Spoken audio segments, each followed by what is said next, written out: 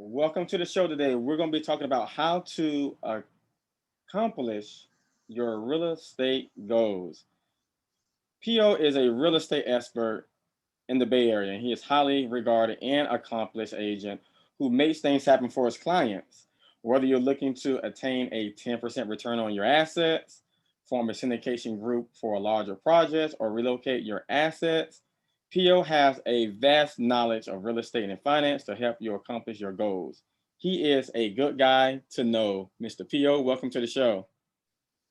Thanks, Brandy. So, how is the Bay Area? How is real estate in the Bay Area? Because I've seen, like, literally from the 90s when the Bay Area was still somewhat reasonable to live in, and then it just skyrocketed. Were you there to Yeah, see that big spur, if you will? yeah. So, well, I'm born and raised here, born in '82. So, I've seen it limitedly firsthand and anecdotally, not on a real estate level. I got into real estate in '06, '07. So, I've seen the gigantic, I started to when the whole world collapsed basically, and then saw the run up. Um, the Bay's always been expensive, as we were talking about LA and New York and stuff like that. But then things just started exploding after the recession. It didn't just go from expensive; it went from expensive to hyper expensive. But if you were lucky enough or nimble enough to be in one of those type of jobs, whether it was tech or finance or something medical related or research related, anything like that, the income kept up with it. For example, contractors, I always laugh at people now. Contractor, I don't know a single contractor in any type of trades that makes under 100 grand. There's still a shortage in everyone's land for years on out. So if you're one of those lucky ones, like I said, to be in those right jobs, right time, or just nimble enough to be able to migrate to there, you're fine. It's expensive as hell, but you kind of have the income to back it up. That's why it's a little bit of a culture shock when people go from, Bay Area to other cities, and it's a third of the price, but then it's also a third of the income kind of thing. So not always. Sometimes you're able to move that out, but if you happen to have a nest egg or you happen to keep some of your income level, then you start to kind of live like a king or a queen. So So you said around about 2006 you got into the industry. How did you get into the industry? Like, how was your introduction into the actual real estate industry? so I used to be that annoying guy that sold phones in the middle of the mall. You want a phone, you want a phone, you want a phone, you want a phone, you want a phone. That was me, and I did that. I ended up starting on the bottom, ended up running 8 stores as a regional, and I had a few friends that did loans. I didn't like the fact that it wasn't that personal, and I had one or two friends that did real estate, and they seemed to like it, but it was too emotional for me. Around this time, I had some family friends and things like that were in the industrial space, and they're like, "Hey, look, there's not a lot of people doing this. The people doing it kind of have not that great of a reputation. Why don't you do it?" And this is kind of when everyone and their mom was kind of getting a license. And after kind of seeing what everyone's doing, I decided to kind of, I still sold homes just because when you're new, you kind of take what you can get. But I definitely was more driven to the investment side, the investment commercial side, and I ended up just kind of going that route and kind of played well for me ever since. Okay, so once you got into okay, so can you tell us what were some of the pitfalls that you had when you first started out in the industry? So when I started, my number one pitfall, well, there's probably two, I would say. Number one is real estate in general has a pretty steep learning curve. That's number one. I always tell people get a mentor because there's only so much you can learn from a book. That's every deal's got some nuance to it. Commercial real estate has an even larger and steeper and longer learning curve. It's not rocket science, right? It's not like you're trying to figure out how to land something on the moon and back down, but it's just a ton of information that you kind of have to know as soon as possible in order to be good at the job and in order to have clients trust you. So that's one, is that there's just a gigantic learning curve, especially residential compared to commercial. The second thing is the median age for a residential agent is nationwide somewhere around like 57, 58. For a commercial agent, it's like 62, 63, mainly because people tend to do commercial after they start doing residential. So median age 50s, 60s, and I was 24. So little little difficult to talk to people about investments, what they should do with their investment. I remember I literally had a client. I was like, look, this is a great buy. It's $1 million, and here's the numbers. Here's how it works. And I was right with the numbers, right? I was pretty tight and conservative with it. And this guy who was just like a random guy I was trying to pitch, he looks at me and he goes, "Have you ever even made $1 million?" I mean, kind of didn't have a comeback to that because I was 24, right? Things are a little different now. I've been in business almost 15 years, so now it's a little different. Now I can be a little more selective with my clients. But back then, yeah, age and the learning curve were the two biggest things. Okay. So throughout that time, you said about 15 years, correct? So Almost, yeah. yeah, almost 15 years. Where is the best place to find good investment properties in the Bay Area? It really depends what you're looking for. So the way I kind of break it down for my clients is places like San Francisco and Silicon Valley and the peninsula that connects the two, that's the super nice, nothing's going to happen, nice and easy nest egg stuff. That's more for capital preservation. You put your money there because you want your money to be safe, right? It's almost like the real estate version of a savings account. You're going to put your money there, you're going to make a little bit of income. Over time, it's going to grow, but it's like a blue chip stock or a CD account. It's just nice, simple, safe, not a lot of headache. Even if the world collapses, you're still pretty good, right? You're going to fare better than most. The further away you get from the job centers, this is in any city, right? If you start going to the East Bay, like Oakland, Berkeley, that's still pretty solid. If you start expanding outward, Vallejo, Fairfield, Richmond, things like that. And the further away you expand, the higher the yields, but the harder you're going to get hit if, and usually when something goes wrong.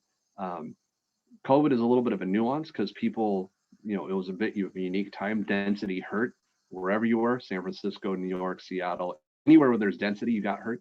So people moved out of the cities, out of the cores, and into the suburbs.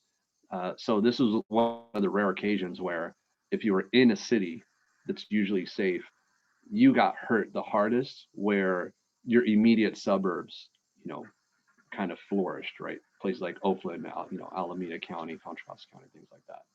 So, Cool. So when you are investing into a property, what are some of the tricks and tips someone can do to help improve that property and then go out and resell it?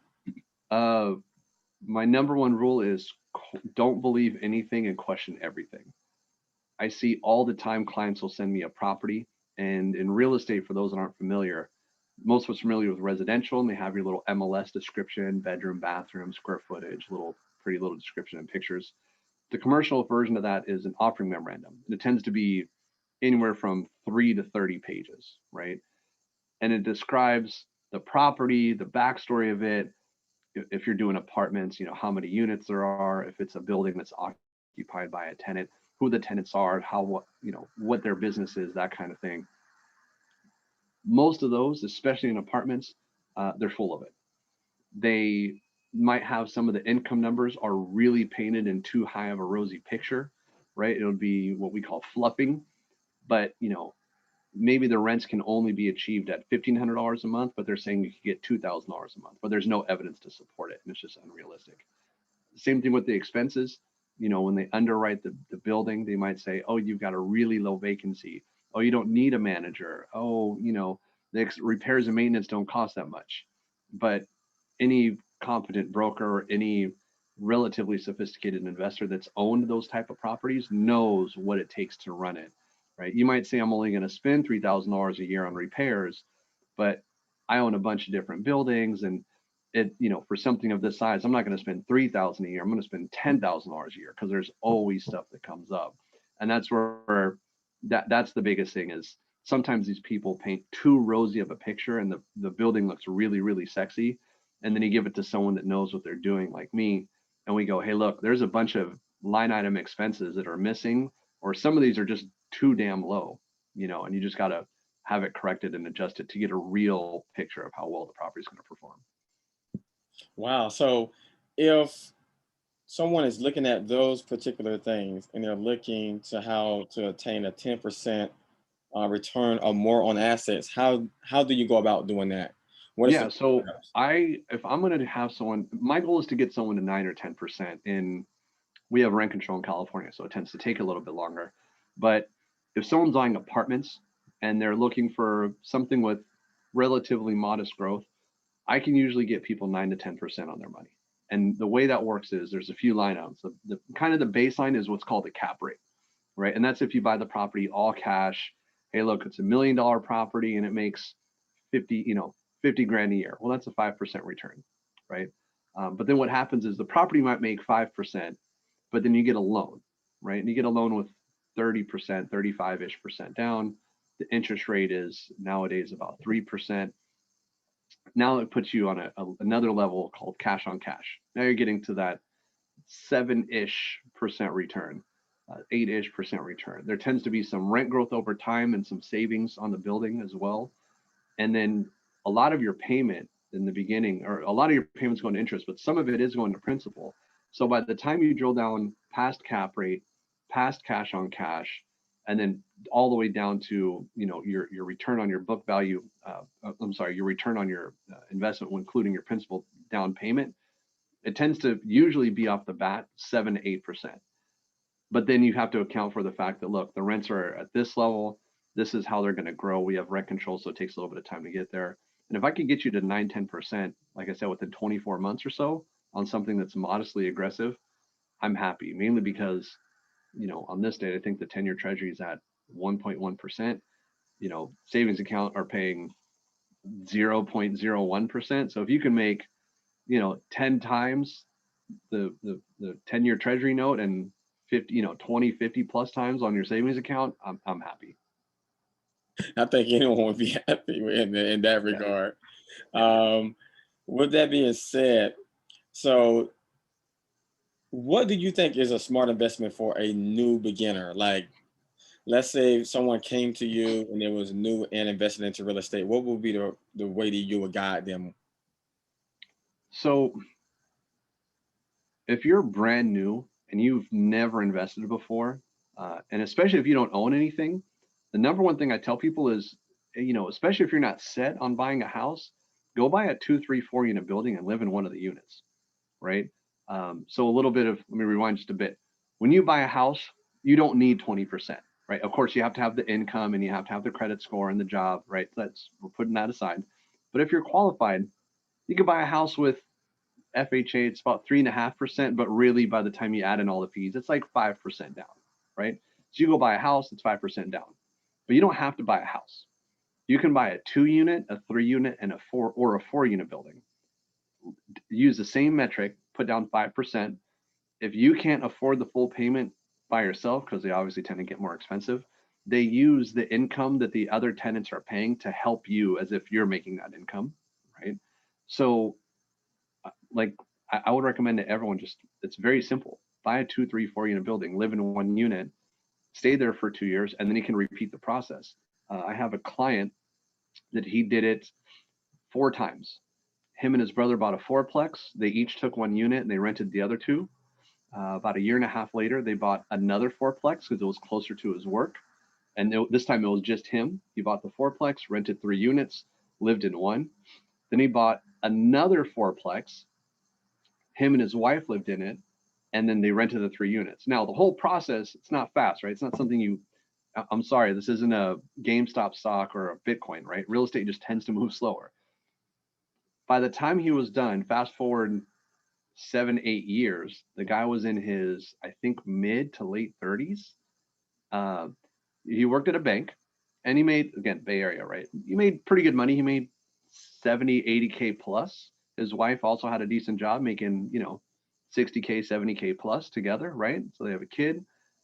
By that point, between the 4-plex he owned with his brother and the second 4-plex he bought by himself and the third 4-plex that he bought by himself, every time putting 5%, a little more than 5% down, by the end, not only did all his properties have equity, right? So they've gone up in value, but his rents had gone up. All his stuff was paid, repairs, maintenance, the mortgage, utility bills, all that stuff was paid.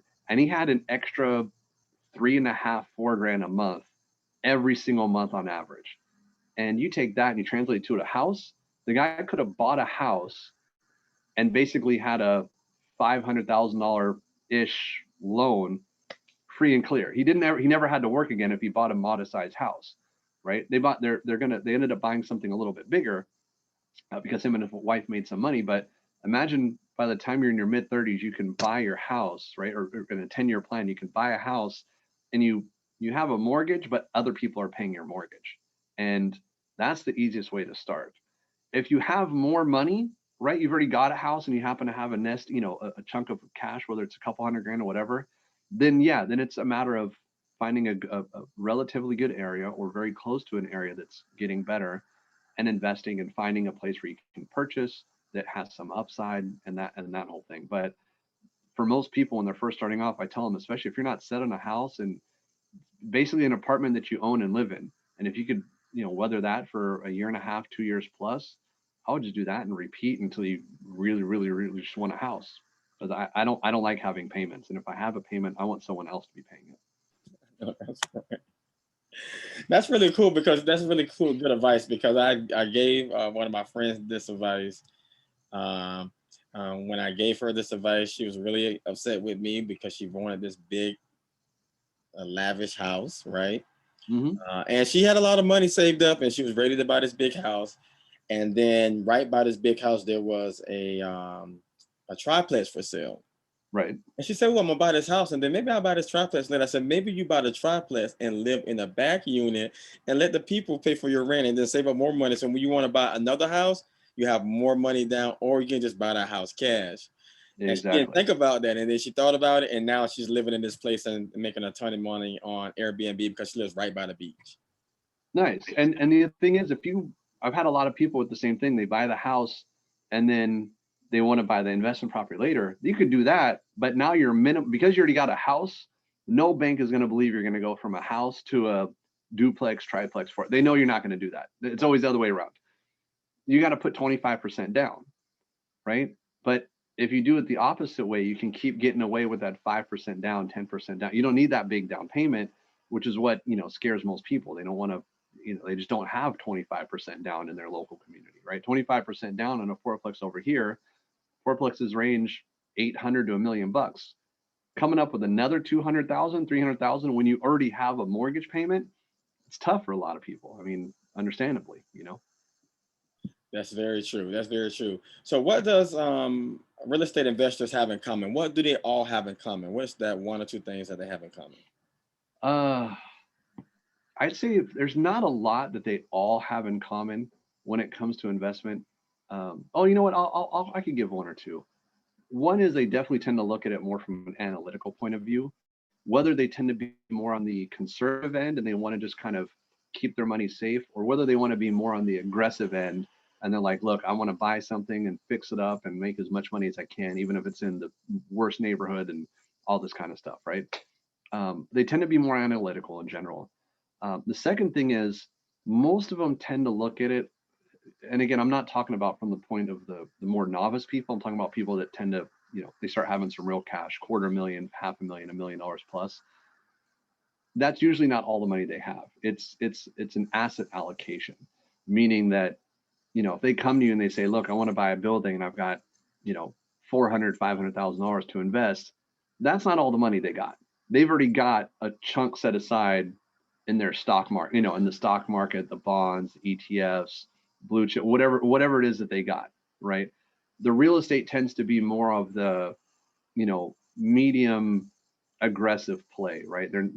They can invest it and they usually know it's not going to go to zero, right? And then again, if you want to talk about super aggressive, you have people that go, look, I'm going to buy 2 full Bitcoins at, $51,000 or whatever it is, but I know it could crash down to 18 and it could go up to a million. I mean, there's everywhere in between. It's a little bit more on the super risk side. Real estate tends to be a percentage or a chunk of their asset, when they're buying something. It's not all their money. You still have to treat it like it is, but for most people, it's not all of their money. I definitely have met people that real estate investments were one of their biggest assets, and it paled in comparison to some of the small stuff they had in the stock market. One of my more recent clients last year, as he said, he goes, look, he was 62, early 60s, and he sold a building in New York, and moved out to the West Coast. And he's like, look, man, this is this is it. Like this is 80 plus 90% plus of my nest egg is this money that's going to go into real estate because it was a 1031 transaction. And that's not very common. You know, I know he had other stuff, other, you know, stocks, whatever he had, but that was the big, I mean, that was probably, you know, 70, 80 plus percent of what his net worth was just that one building. So you do have that scenario. That always puts a little bit more pressure to know that if you get it wrong, you know, there's 40 years of someone working, and it's just you got to make sure you take care of it. Wow, that's a lot in one basket, especially for real estate. But if you're in New York City, ain't really much that can happen.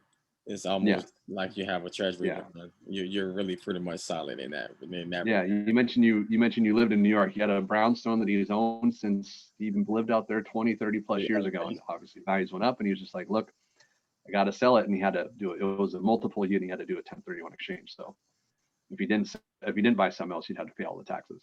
Oh yeah, he was that was a no brainer. He did right. Yeah, yeah, yeah. He did right. He's in a good property now. He's had it for, I mean, property's been around for a long time. It weathered COVID just fine. He's doing all right. He's Oh doing yeah, good. cool. So tell us, where can we find you? Are you on Instagram? Because I noticed I've seen you on Facebook, LinkedIn, but are you on any other social media platform? Yeah, so business pages I have on Facebook and LinkedIn. You can always look me up. All the other Facebook and Instagram stuff, that's all more personal. I always give people a warning. I'm a man of two extremes. Half of me is, I mean, literally on the way here, listening to economic and political news and podcasts the whole way here. You know, I mean, that's what I listen to 4 hours plus a day on 2 times speed in order for me to catch everything. So I listen to like nerdy politics and economics. I listen to attorneys debate for over an hour and a half what's happening with Prop 19 and little nuances that are happening in new contract forms and how it works for landlords and tenants and buyers and sellers. I'm a nerd in that sense. And the other half of me, I'm usually, you know, out somewhere in international on a beach. So I get to work on a laptop most instances. Um, Probably about 10-ish years ago, I was traveling to China a lot because, you know, when the Chinese were buying a lot of everything, especially in the West Coast, I was one of those people going back and forth. So I ended up picking Chinese and learning it from going back and forth all the time in some classes. But now it's gotten to a point that I'm international 3-4 months a year. So my boss hates it because he's a little tied down. He doesn't get to travel as frequently as I do. But yeah, the Instagram and the Facebook tends to be more personal hilarity type stuff, whereas the other stuff tends to be more business oriented. So I always give people the preface if you want to find me. Oh no worries. We have you here. We just want to know that, man, this has been. It seemed like this last week I had a lot of guests on, mainly real estate investors, giving so much great information to our audience, and it was a pleasure having you on as well. We're just keeping this real estate. Thanks, Randy. I appreciate the invite, man, for sure. Likewise. All right, join us next time on IBS.